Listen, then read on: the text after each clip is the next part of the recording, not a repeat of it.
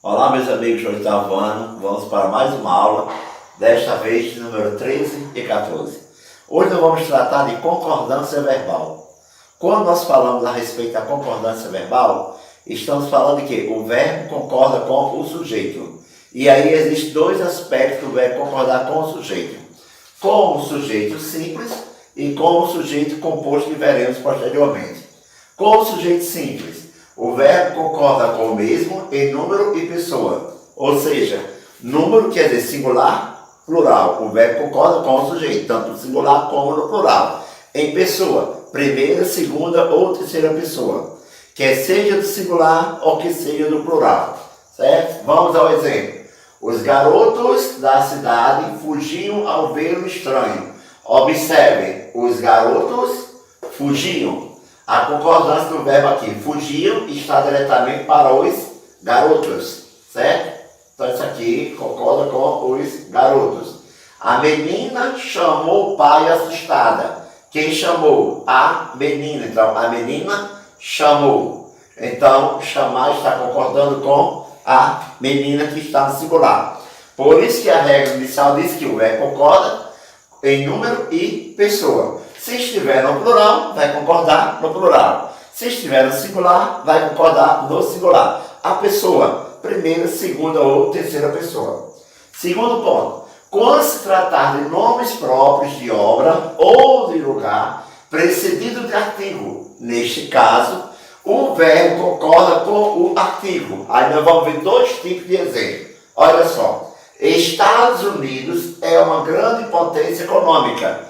Observe, Estados Unidos, Estados Unidos e não são. Por quê? Eu não tenho o artigo antes da palavra Estados Unidos, certo? Então, Estados Unidos apesar da palavra terminar com S, Estados Unidos. Agora veja o segundo. Os Estados Unidos são uma grande potência econômica. Os está concordando diretamente com o verbo. São, no caso, o verbo ser.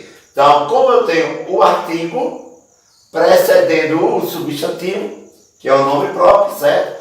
Apesar de ele estar no plural, mas a concordância que é feita diretamente com o artigo. Então, os são. Deu para entender?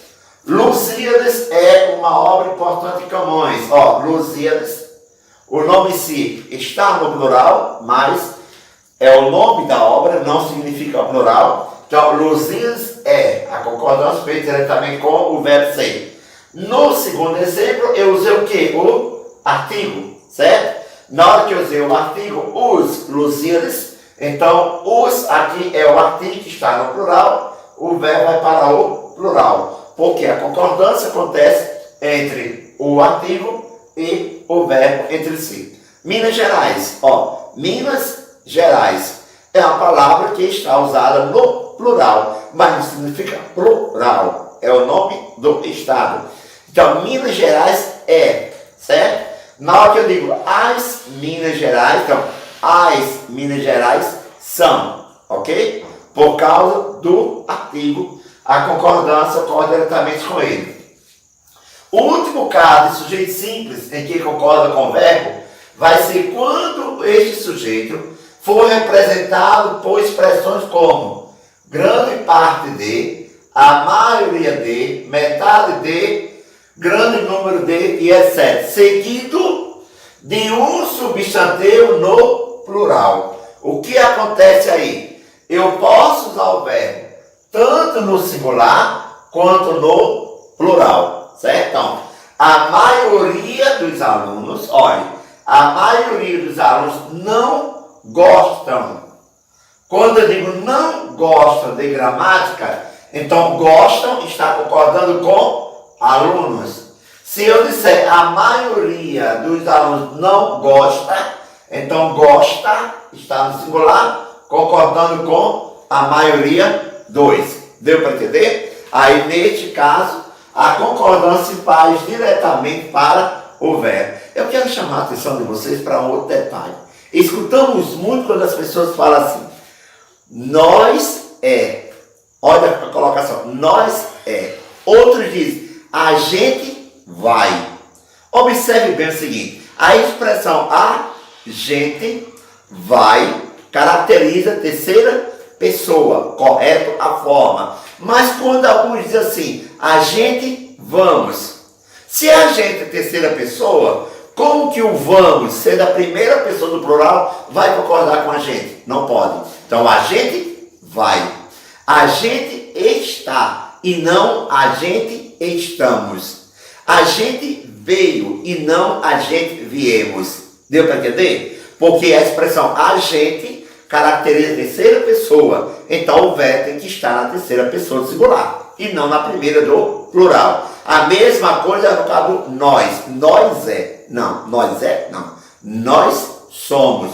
Nós vai. Errado. Nós vamos. Nós caracteriza a primeira pessoa do plural. Então o verbo tem que estar na primeira pessoa do plural. Ok? E aí, então lembrasse que há pouquinho tempo falamos a respeito do jeito simples, como ele concorda diretamente com o verbo. Então não importa se ele está ou não no plural. O importante é a concordância que acontece entre ele e o verbo. Agora nós vamos com o sujeito composto. O sujeito composto é o sujeito que apresenta mais de um núcleo, certo? Conforme nós estudamos no mês anterior. Primeiro ponto, o verbo concorda com o sujeito independente de estarem ou não no plural. Observa aqui, ó. Os garotos, olha, os garotos está no plural e a menina está no singular. Não importa se está no singular e no plural, o importante é que eu tenho dois núcleos no sujeito. Se eu tenho dois núcleos, eu tenho aqui um sujeito composto. Tá certo? Vamos deduzindo isso. Sujeito composto. Os garotos e a menina saíram. Então quer dizer o quê? Eles saíram. Não é isso? Você pode automaticamente trocar o garoto e a garota, os garotos e a menina por eles. Eles saíram. Então a concordância está no plural. Fazendo de imediato com o sujeito composto. Ponto 2. Quando o sujeito estiver posposto quer dizer o quê? Bora aí, Laura. Quer dizer depois, não é isso? Posposto ao verbo. Então, quando o sujeito estiver posposto ao verbo, depois do verbo, o mesmo fica no plural, fazendo a concordância com os dois, ou a concordância vai ser com o mais próximo. Certo? Vamos verificar aqui. Ontem viajou quem? O filho e a filha. Como o sujeito aqui está depois, certo? A concordância foi com o filho. Ontem viajou o filho e a filha. Se eu inverter essa oração, eu diria o quê? O filho e a filha viajaram ontem. Eu levaria para o plural, porque o sujeito estaria antes. Mas nesse caso aqui, o sujeito está depois, certo? Então a concordância pode se dar com o primeiro elemento do sujeito. Ou você pode concordar com os dois, tá certo? Muita gente prefere a segunda causa. Ontem viajaram o filho e a filha. Automaticamente já se faz a concordância. O filho e a filha viajaram ontem. Então lembre-se, quando o sujeito estiver depois do verbo, você pode concordar com o primeiro, ou se você optar pela segunda, concorda com os dois. O terceiro caso, quando o sujeito for formar por pessoas diferentes, no caso, primeira, segunda, terceira pessoa, lembra quais são? Primeira pessoa, ó, eu. Segunda, tu. E a terceira, ele ou ela, certo? Isso no singular. Se eu levo isso aqui para o plural, eu corresponde a quem? Nós. Tu corresponde a quem? Vós. Ele ou ela corresponde a quem? Eles ou elas, certo? São pessoas diferentes. Beleza? Então vamos ver o seguinte, olha. Eu, tu e ele fizemos a pesquisa. Ó. Por que fizemos? O que é que diz a regra? Prevalece o pronome de maior força. Então, no caso, quem é o pronome de maior força? No caso aqui, eu. Eu, no singular, corresponde a quem no plural? Nós.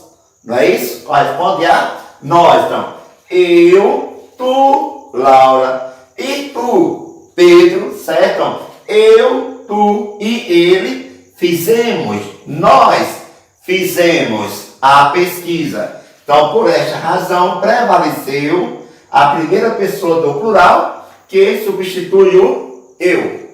Outro, tu e ele. Tu, ó, tu mais ele. Vai corresponder a quem? A vós, certo? Então, tu e ele fizestes.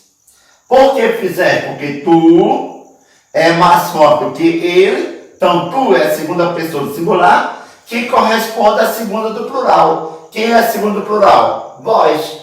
Né? Então, tu e ele fizestes a pesquisa. Vós fizestes a pesquisa. Deu para entender, gente? Então, o sujeito concorda com o verbo que esteja no singular ou no plural, que esteja antes ou que esteja depois. São apenas 6 pontos básicos para você compreender a concordância. Eu só vos peço o seguinte: evitem erros linguísticos na hora que você estiver falando com alguém. Evite essa questão de nós tá certo? Nós vai, não, nós somos, nós vamos, a gente vamos, tudo errado. A gente vai, a gente estamos, não, a gente está.